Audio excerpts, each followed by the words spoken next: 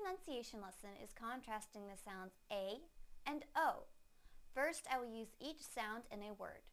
Then I will put the words into a sentence so that you can hear them together with contextual clues. Please listen closely to the differences in the sounds. First, the A sound in the word taste, taste, taste.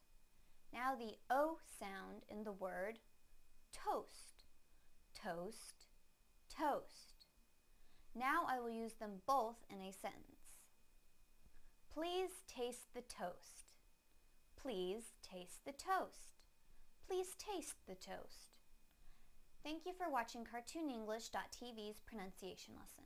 Come visit our website for free lessons, games, and chat. Bye!